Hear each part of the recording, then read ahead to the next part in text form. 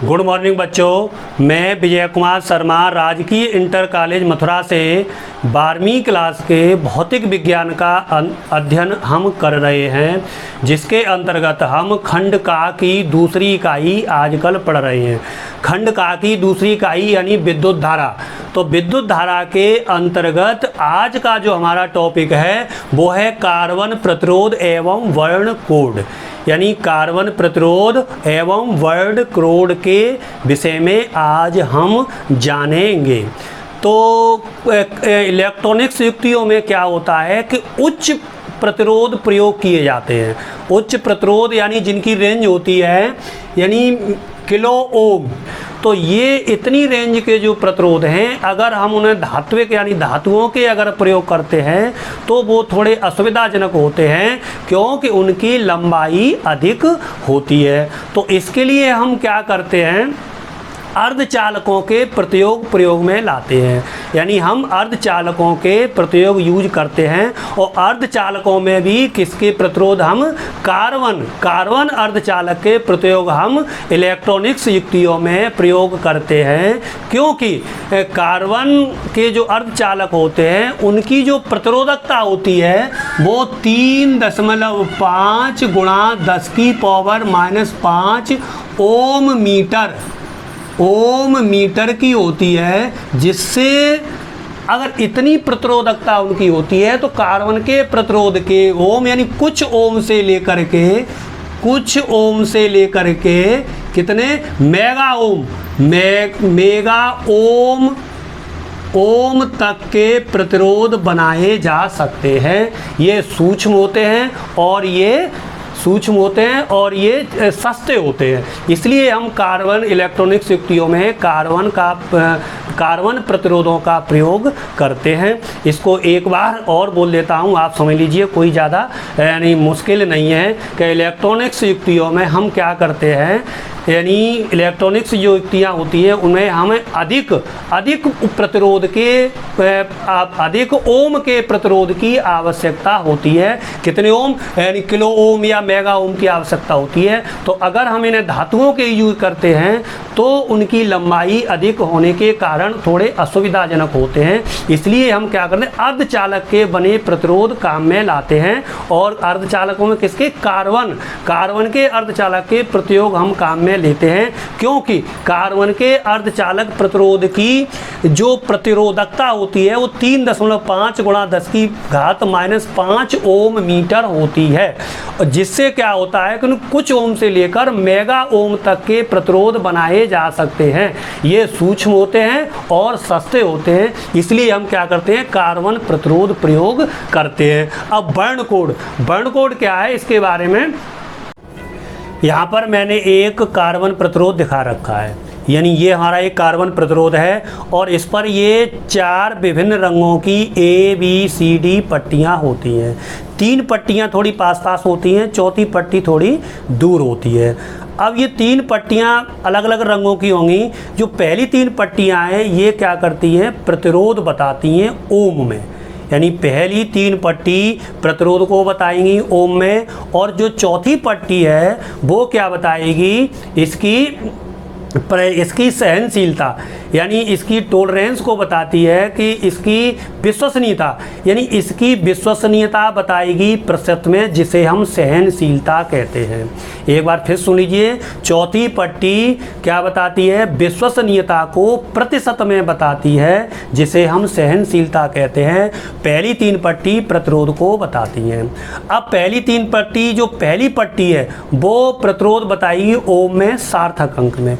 इसी तरह दूसरी पट्टी भी दूसरे अंक का प्रतिरोध बताएगी सार्थक अंक में। तीसरी पट्टी प्रतिरोध बताएगी 10 की घात सार्थक अंक में बताएगी। इसका अभी हम एक उदाहरण लेंगे, तब आपको और क्लियर हो जाएगा। तो अब यहाँ पर जो हम रंगों का क्रम लेते हैं उसके लिए एक सेंटेंस हम याद रखते हैं, उसको आप नोट कर लेंगे। उसी रंग में हमें रंगों का क्रम लेना है। वो रंग का क्रम है हमारा बी, आप नोट करिए, बीबी रॉय,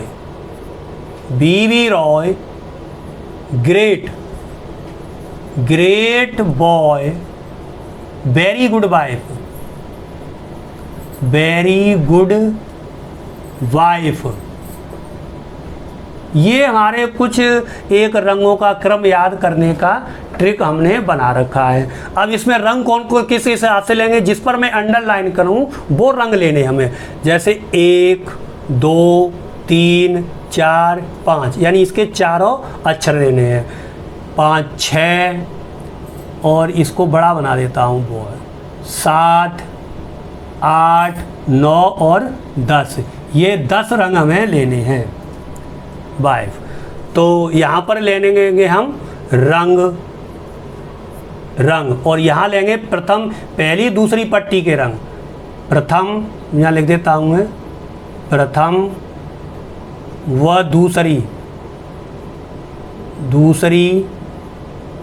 पट्टी का अंक, ये दूसरी पट्टी का अंक लेंगे सार्थक अंक में। और यहाँ पर लेंगे तीसरी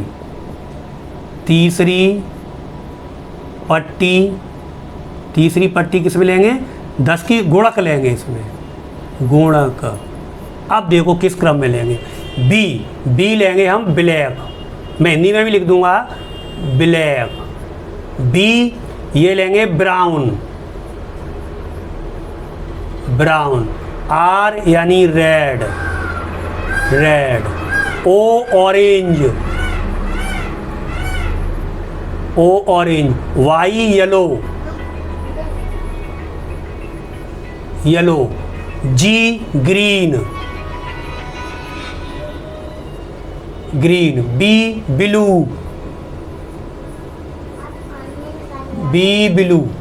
बी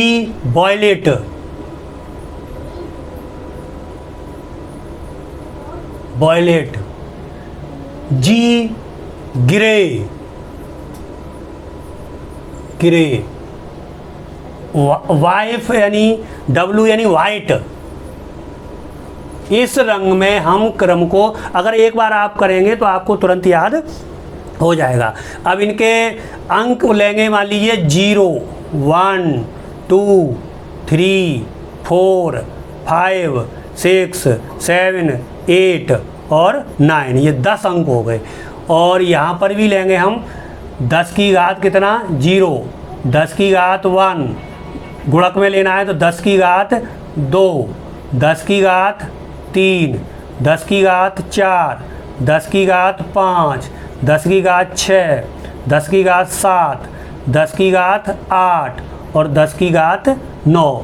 ये तीसरी 10 की घातों में लेंगे। ये प्रथम और द्वितीय अंक यानी पहली दूसरी पट्टी के लिए ए और बी के लिए सार्थक अंक में हम सार्थक अंक लेंगे। और यहाँ पर अगर इनको मैं लिखूँ हिंदी में तो ब्लैक होता है हमारा काला, ब्राउन यानी भूरा, रेड यानी लाल, ऑरेंज नारंगी, और येलो यानी पीला, ग्रीन यानी हरा, ब्लू यानी नीला, वॉयलेट यानी बैंगनी, ग्रे यानी सलेटी और वाइट यानी सफ़ेद। ये हमारा रंग रहेगा पहली और तीसरी पट्टियों के लिए। अब ये टेबल है यानी चौथी पट्टी के लिए, चौथी पट्टी के लिए यहाँ पर लेंगे रंग और इसमें सहनशीलता,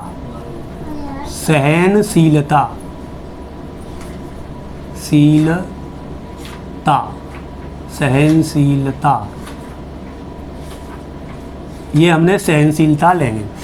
पहले कौन सा रंग लेंगे, सुनहरा यानी गोल्ड, चांदी यानी सिल्वर, कोई रंग नहीं, इनकी जो प्रशस्तता होगी वो होगी ±5%, ±10% और ±20%। 20%। ये चारों पट्टियों की जो रंग की होती हैं उनको लेने का ये क्रम। अब इसको हम एक उदाहरण से अच्छी तरह समझ लेते हैं। अगर हमारे पास कोई कार्बन प्रतिरोध है, उस पर जो रंग है, यानी जो हमारी ए पट्टी है वो मान लीजिए कैसी है, येलो यानी पीले रंग की है। बी पट्टी है वो कैसी हमारी वॉयलेट रंग की है। और सी पट्टी हमारी ब्लू रंग की है। और जो चौथी पट्टी है वो गोल्डन रंग की है, यानी वो सुनहरे रंग की है। तो अगर हम कहें इसका प्रतिरोध बताओ, तो इसका प्रतिरोध किस तरह से निकलेगा, मैं निकालता हूँ, देखिएगा। प्रतिरोध टेबल से देखो, प्रतिरोध इसके इन रंगों के हिसाब से। येलो तो पहले येलो येलो येलो कितना है इसका 7, इसका अंक है मान लीजिए 7, तो ये हो गया 7। अब है बी यानी वॉयलेट कितना है 7, तो ये हो गया 7 का अंक 7। और अब तीसरा है हमारा ब्लू कितना है 6, तो ये 10 की पावर कितना जाएगा 6, तो इंटू हो गया 10 की पावर 6, ये हो गया हमारा इतने ओम। अब बचा यानी चौथा रंग गोल्डन, तो इसकी जो प्रतिशतता है, सहनशीलता, वो कितनी है ±5%। तो इस तरह से हम ये रंग अगर इस पे लिखे हुए हैं तो उसका हम प्रतिरोध इस टेबल से निकाल सकते हैं।